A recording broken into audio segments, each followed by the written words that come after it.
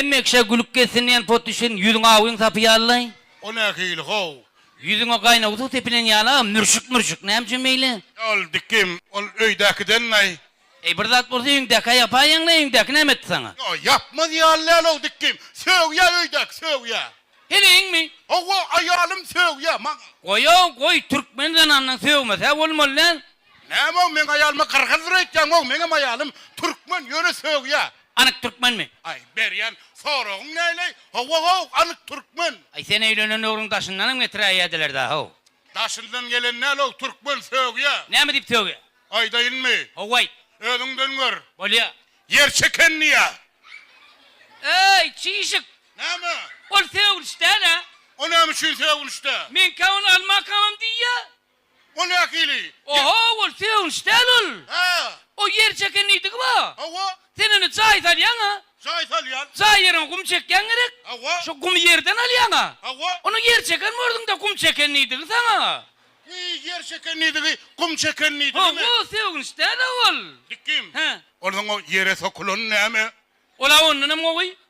Ay ne ettin ayol? On neyse o? Yere ne mi sokuluyor yani? Yere şitil sokyan. Hava. Düğüne su uyuyan. Hava. Mivo getirip dur. Mivo getiriyor. Sana şitilliydik de o. Ha. Ey sögün o kana dikkisan. Yok o. Sevgil şu mu?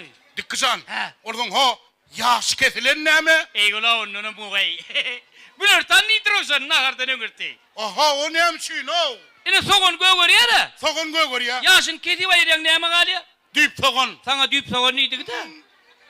Elbette ne bu çiğdin ağzından iyisin gele demedin sokun da sen. Ey sögün o kana o Yok dikkim. o yok. Ay yürü dikkim. Sen ayalın amanga sögüp dur ey. Ne mi o bana ayarlarının başka işi yok mu yine sana cevap vermeden başka? Ya sögüp dur dikkim. Ne ayarım sana ne mi deyiptir? Sen ayalın bana sığır deyiptir. Sana mı? Oğlum men sığır değil o. Şu üydeki var ha. Öldüm ovadan ol maltan ana kavşol. Şu diyenler o men Sen sığır değer o. sığır değil o. Sığır bu mun sen? Çaresini gördün o. Çaresini görürsün. Şeysene ey. Sana sığır deyip. Oğlum Sığır mı sen? Yo men sığır değil. Sen av şakı dökülün öküz. Oha o ne eğiliyor kız değil o men o. O yan sığır erkeğin öküz değil ya da o. O men sığırın erkek değil o men adamın erkek o. Adamın erkeği mi sen? Oha Anık. anık.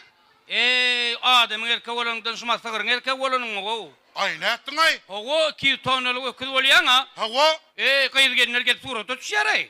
Ay ne ettin ay? He, şuma öküz olmasan armağanın yok ay. Diyeceğim oturmalı. Ha şey değil ne? Hani bir yerde işte bir öküz var. Hava. Ona ölsem iyiyim verse ay yeni o mu? Ay ne ettin ay? O kokçu geyip tükkül çavalak kız at var ya onun iyi yarıyor. Hem yedem veren o.